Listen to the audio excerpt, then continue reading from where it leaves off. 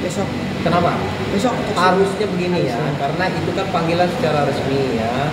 Setelah kami memasukkan permohonan intervensi, karena gini ya, intervensi itu kan lazimnya memang harus disampaikan pada saat sidang terbuka. Cuman karena sidang ini secara kemarin itu diputuskan secara online, maka kami memasukkan intervensi itu melalui PTSP Pengadilan Negeri Bandung. Dan permohonan itu sudah diterima dan diverifikasi. Dan permohonan intervensi kami sudah dikonfirmasi karena kami sudah masuk ke dalam perkara 184 melalui ekot itu, dan kami diberitahukan ketiga pihak ini, penggugat, tergugat, dan permohon intervensi wajib hadir jam 9 pagi besok di Pengadilan Negeri Bandung dengan agenda pembacaan permohonan intervensi dan gugatan intervensi dari kami. Seperti itu. Yang kata dia nggak mungkin itu intervensi bisa dimasukkan. Faktanya hari ini intervensi itu bisa masuk. Belajar kamu, makanya belajar hukumnya di mana? Ingin banget saya duduk bareng sama gregetan saya. Kalau disuruh belajar, dia yang belajar faktanya. Kita berbicara fakta aja sekarang ya. Dia menyampaikan nggak bisa lagi itu intervensi. Berak sekebon dia itu. Belajarnya di mana? S1-nya di mana? Kan begitu. Kuliah hukumnya di mana? PKPA-nya di mana? Disumpahnya di mana? Magangnya di mana? Kan katanya saudaranya Hotman. Kok cara berpikir kayak gitu? Saya sangat menghormati rekan sejawat saya dimanapun, posisi kita bagaimanapun. Cuman kalau dia menyerang suatu kehormatan saya sebagai sesama pra-advokat, saya tersinggung. Kalau dia nyuruh saya belajar, udah kayak dia lebih pintar aja dari saya. Saya pikir mah nggak jauh. Begini kayaknya ilmu saya sama ilmu dia. Saya di sini mau bongkot mana beginilah. Dia baru di sini. Jadi kitanya yang baru muncul sekarang ini. Itulah kira-kira sakit hati betul saya. Dibuat berantem aja. Pak pakai dasinya waktu dia bilang. Wah bisa jadi. Bisa jadi. Ya, jadi nyekik leher. Jadi cara berpikirnya nggak ada. Apakah dengan pihak Aulia kan Ayu Aulia ini bilang katanya Revalina adalah kunci nih. Kenapa? Dengan hadirnya Revalina kan kayak kunci. Kenapa Ayu lihat? Enggak, jadi kayak kunci sesuatu masalah ini tuh akan cepat terbuka dan cepat terselesaikan karena Revalina tuh kuncinya banget ini gitu loh. Ya nggak apa-apa, memang betul ya. Karena kehadiran Revalino ini adalah untuk membuka terang suatu perkara. Karena apa? Hadirnya Revalino ini membawa hal yang positif bagi timnya Pak RK dan kawan-kawan. Karena fitnah dan tuduhan yang tidak mendasar itu ada seseorang. Kalau RK dengan LM tidak ada hubungan hukum ya, bisa dibuktikan nanti. Nggak ada bukti. Kalau LM dengan Revalino ada suatu ikatan yang namanya pacara, hubungan asmara, berhubungan badannya bukan sekali dua kali. Sudah berulang kali terjadilah pembuahan sel telur, kan begitu. Pada saat itu dikonfirmasi, no ini anak kamu, diyakinkan. Ada orang yang mendengar, ada orang yang melihat. Mungkin Ayu Aulia juga tahu bahwa itu dijelaskannya. Ada orang lain yang menyaksikan. Jadi keterangan Revalino ini tidak berdiri sendiri. Ada orang lain yang mendukung keterangan itu dan menguatkan keterangan itu. Jadi wajar kalau Revalino ini menjadi saksi kunci. Dan sekarang walaupun dia tidak menjadi saksi, dia sudah masuk sebagai pihak intervensi. Otomatis hakim itu tidak bodoh. Dia akan mempertimbangkan, ya akan dipertimbangkan Revalino ini siapa, dibaca lah. Karena di dalam gugatan intervensi kami dalilkan dari riwayat pertemuan, perkenalan, hubungannya, bercocok tanamnya di mana, pemberitahuan hamilnya di mana, anak itu lahir di mana, didukung dengan bukti-bukti yang ada di kami. Salah satunya bukti percakapan, foto ketika anak itu lahir dikirim. Apa tujuannya? Mengirimkan kepada Revalino dengan dalil, dengan tuduhan, no ini anak kamu. Kalau dia mau tengok dia nggak perlu, kamu cukup kasih perhatian buat dia, kirim biaya buat kebutuhan pampers dan segala macam susu. Apakah itu bukan suatu ikatan? Kok sekarang Revalino itu siapa? Mau gue tampar, kalau nggak ada hukum di Indonesia ini saya tampar aja biar sadar, mabuk jangan kelamaan. Tapi Bang, bakal nanti pas di Bandung sendiri untuk sidang sendiri nanti nih. Misalkan Revalino kan nanti hadir nih. Terus tiba-tiba ternyata LM hadir juga. Abang mau ngapain nih Bang? Biarinlah kita bantu aja. Sungkem. Iya. Sungkem. Iya, siapa tahu dengan kehadiran Revalino nanti menyadarkan LM sudahi drama ini. kalau kamu nyari ayah biologis, ini ada laki-laki yang mau bertanggung jawab, dibuktikan dengan dia masuk sebagai intervensi hanya untuk memperjuangkan apa?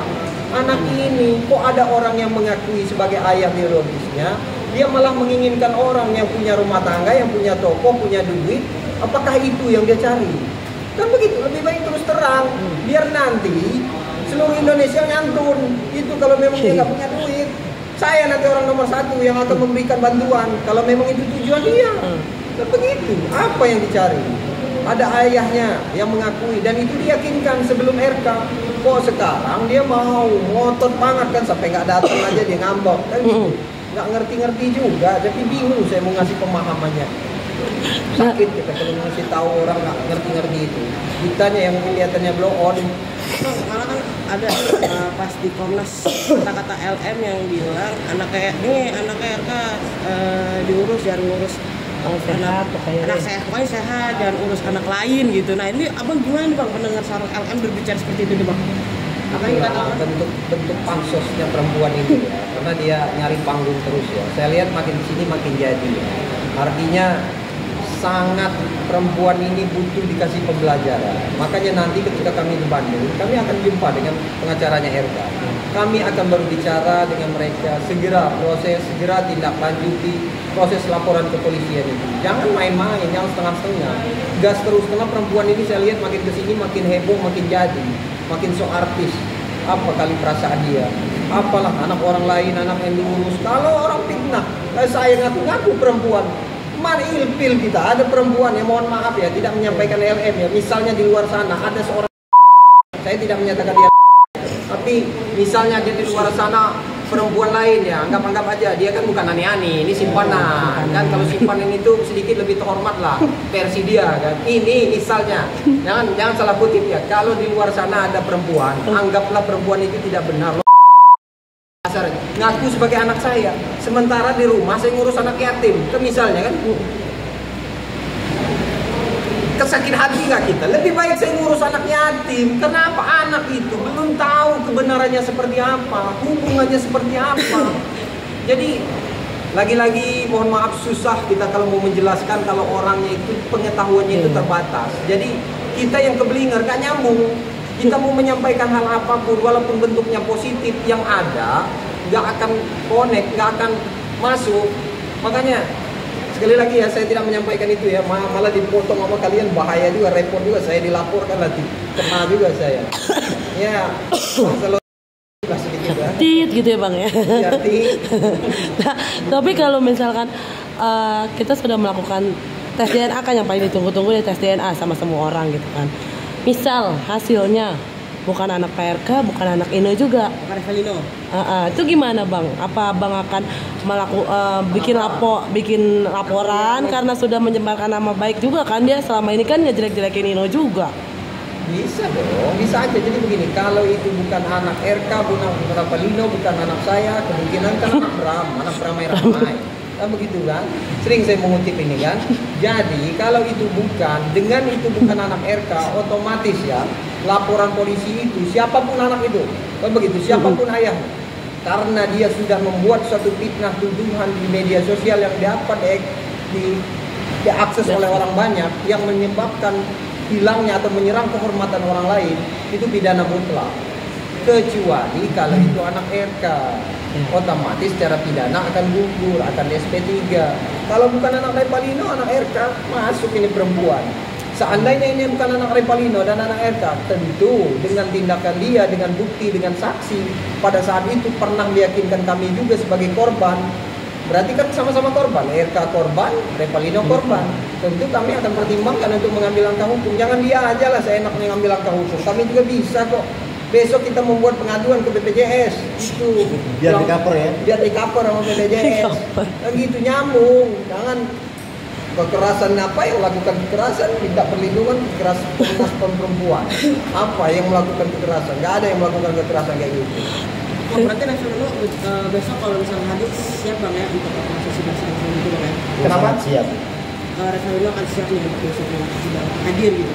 Siap dong, dia lagi ngintip nih, mudah-mudahan hadir semua kan. RK hadir, si siapa ini ya, LM ini hadir. Wah seru ini hadir, pas lah, bercumbu-cumbu lah, bila perlu kita daur ulang lah, kita bikin lah, membuktikan anak siapa ini. Begitu. Siapa tahu RR itu berpelukan kan. Salam kenal. R semua kan? Iya benar. Benar, reklam Kamil. Oh iya benar. RR. Mungkin Oke nih. terakhir dong dari abang ini sama bang El. Apa yang pengen abang Banyak banget yang diambil juga sekolah. lakukan dong? Apa yang pengen abang sampaikan ke mereka nih? Kan belum ini kan ini. Mereka siapa nih? Jelaskan dulu. LM. LM. Apa yang akan dilakukan? Pertegas nih bang.